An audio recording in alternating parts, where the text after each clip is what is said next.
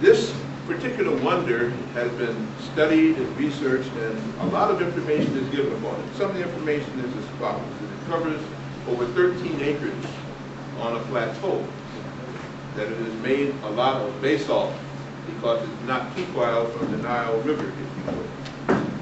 That it is an equilateral triangle, that it soars some 481 feet to the air with 4 sides at the base that is 750 feet long. And the distance between the top and the corner, what they call the apex and one corner again, is the same as the base, which means it is a perfect equilateral triangle, 4-sided wonder, if you will. It weighs close to 6 million tons and is composed of 2,500,000 blocks of stone. I like to stop with that because when you say 2,500,000 blocks of stone, we may think about the bricks that we see our buildings built on, or we may think of a big concrete pillar. But these blocks of stones are very interesting because of the 2,500,000 blocks that compose this pyramid structure. The smallest one weighs 3 3/4 tons. Now, you can begin to say that's good, but I like to have people identify. When you use your minds, when you think, when you fantasize, when you get into something, it has more of a potential for you. I like to get the idea. Let's just say a small car. Most cars now are getting to be pretty big once again. A small car, some of the fellas or some of the young ladies and sisters and brothers, tell me what you think a small car would weigh. Before the Texas you see running around the street now. Give me a name of a car, how much you think it was. 1.5. Which car is that name?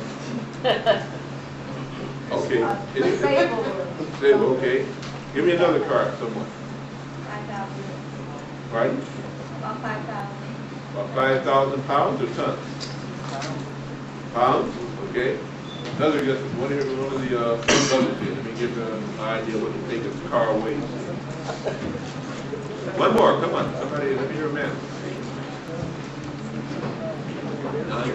A Ram truck weighs about 2 tons. All right. How many? 2. 2 tons. That means that the smallest brick stone, whatever you want to call it, in the Great Pyramid, weighs as much as what kind of a truck? A Ram truck. Ram's truck. 2 tons. Right? It weighs more than that. Now keep that in mind when you understand that close to 3, I'm sorry, got that one wrong. Close to 1.5 million of them are the size of Ram trucks, the weight of Ram trucks. You start talking about now the stones in the Great Pyramid. 1.5 million Ram trucks weighted in there. When we begin to look at it even further, that means that some of these stones that are used there, if you want to call them stones, weigh 100 tons. Now you're talking about an airplane.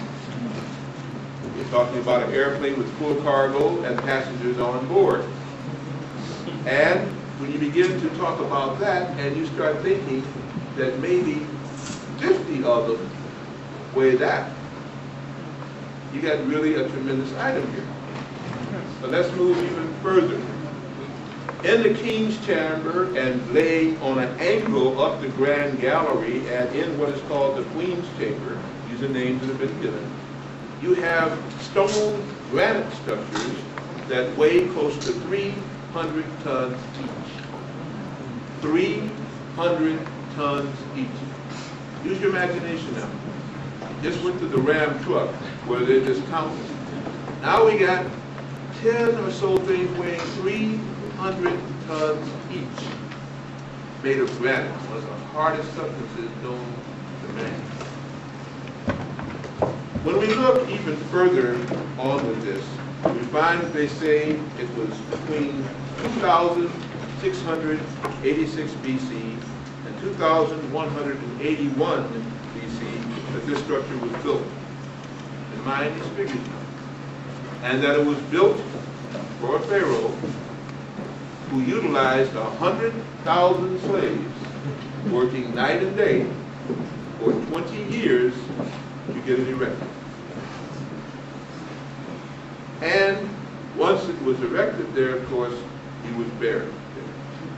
Now, before we get into the story of the burial, the story of all of this, I don't want to skim over anything, because when I take you on this way out trip, you're going to be hopefully going with me this evening.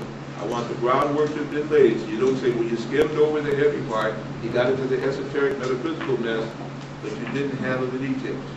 Stay with me, we will handle the details. Okay? Let's question one of the details right quickly.